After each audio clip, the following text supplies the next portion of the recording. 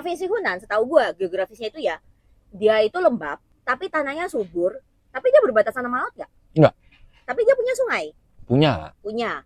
Berarti dia itu boleh dibilang bahan makanan utamanya adalah hasil pertanian sama ikan air tawar. Sama peternakan. Dan Hunan itu nggak tahu kenapa terkenal banget dengan makanannya yang pedes. Mirip Betul. sama Sichuan. Tapi ini kan jadi pertanyaan ya, makanan Sichuan itu jauh lebih terkenal kan?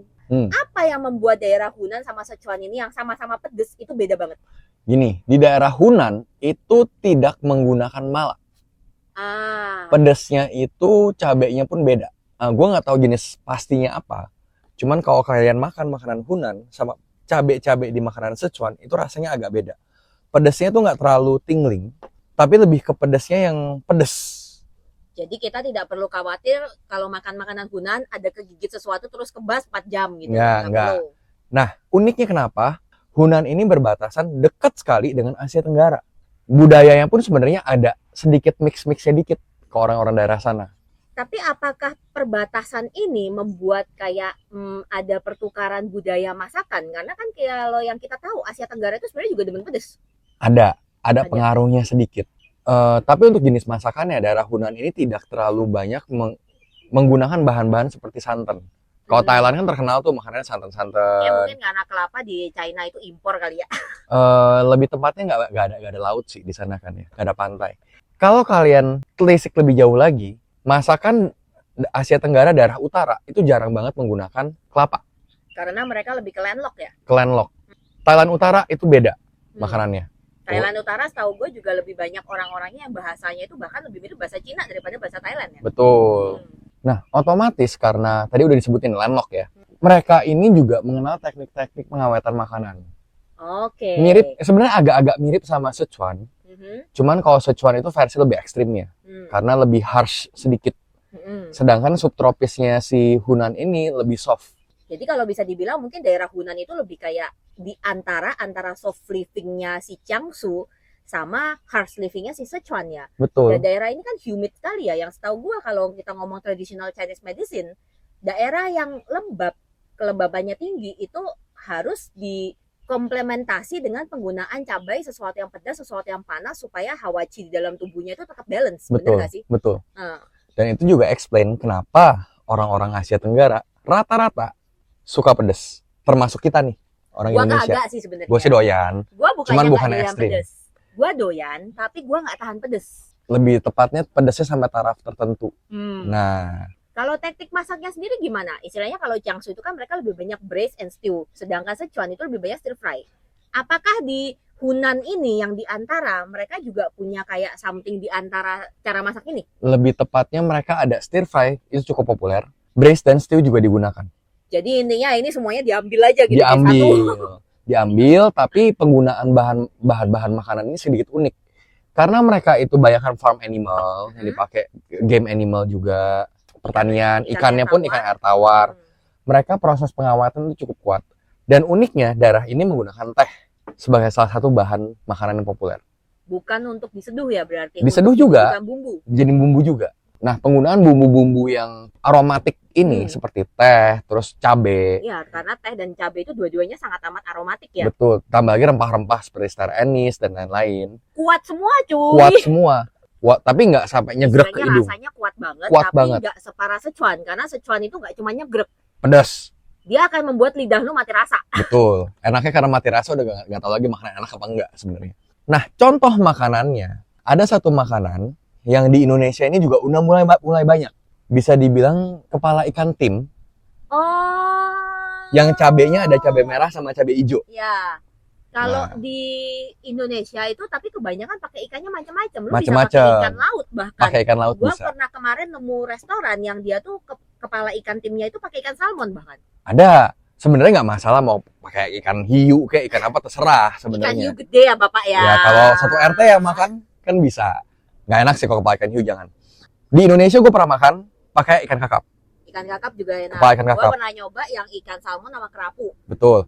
Kalau di Cina yang populer itu kepala ikan mas. Karena inget ya, landlock, betul. Dan sekali lagi ya, ikan mas di Cina itu giant carp. tipenya. Jangan Bukan. bayangin ikan koki yang di dalam fishbowl. Bukan, itu mas koki beda. Kalau ikan mas di Indonesia paling kan yang sering segede gini ya Ya, palingnya. modelnya kayak ikan nila, ikan mas. Ya, 30 cm gitu.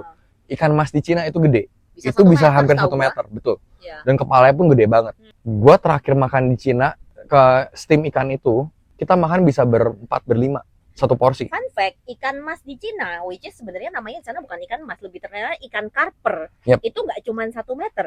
Ibu Suri Cesi di zaman akhir abad ke-19, beliau menyajikan ikan karper dikirim ke American Legation, gedenya sampai 3 meter.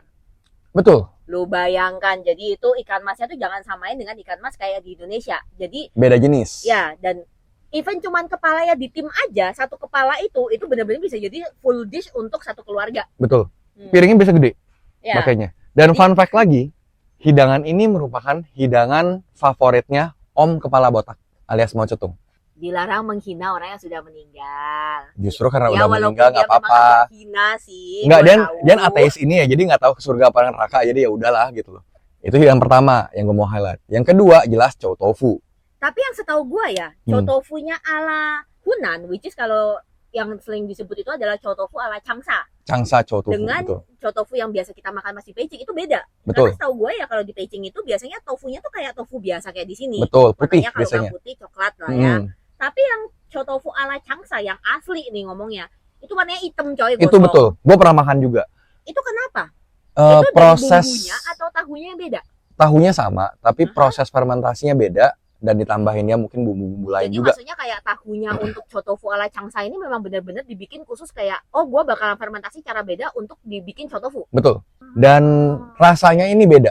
Si Changsha punya lebih strong, jauh lebih strong. Ya iyalah dari warnanya aja udah kelihatan. Tapi enak, kalau yang suka bakal lebih suka. Bentar, baunya Lebih nyengat sih.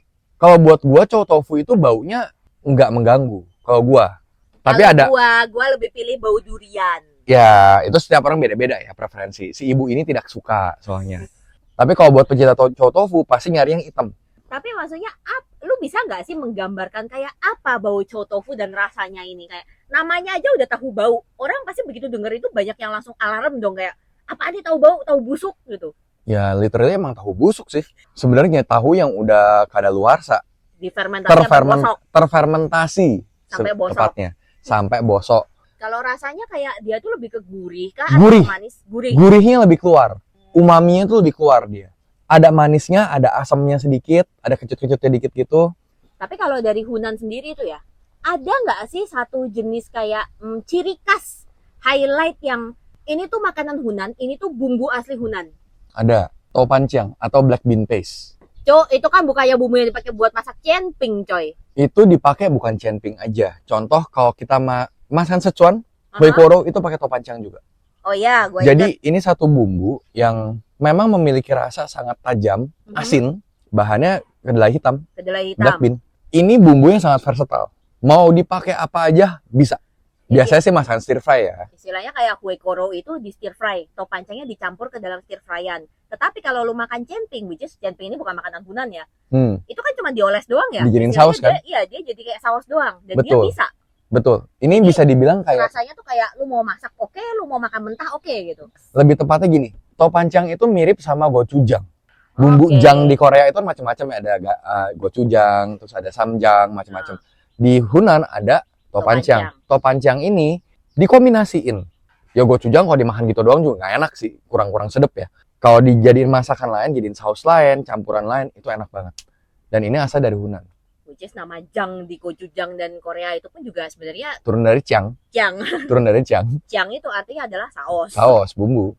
Berarti boleh dibilang kayak topancang ini adalah bumbu asli Hunan, tapi dia pemakaiannya tuh udah menyebar sampai seantero China. Setuju, betul.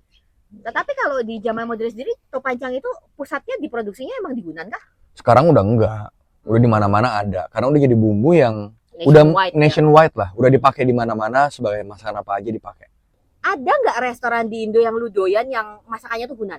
Atau kalau nggak kayak ada nggak restoran yang jual masakan ala Hunan? Misalkan kan kayak laci, siang laci gitu. Masakan ala Hunan kalau di Indonesia, di Jakarta lah ya. Jakarta, gua sih belum nemu yang khusus specialized Hunan food. Tapi yang ngejual makanan Hunan ada. Salah satunya di KP Di ruko-rukonya tuh gue lupa namanya apa. Itu ada satu restoran Chinese food dan cukup oke menurut gue, lumayan oke. Harganya sih sedikit pricey, cuman still oke. Dan banyak juga restoran-restoran yang mulai mengadaptasi makanan Hunan, baik lokal ataupun yang bosnya orang Cina. Saran kalau mau carilah yang bosnya orang Cina. Episode ini adalah bagian dari serial Tasting China. Kalau kalian suka sama video ini, jangan lupa like, comment, and subscribe, dan share ke seluruh dunia. Thank you for watching. We will see you in the next video. Bye-bye.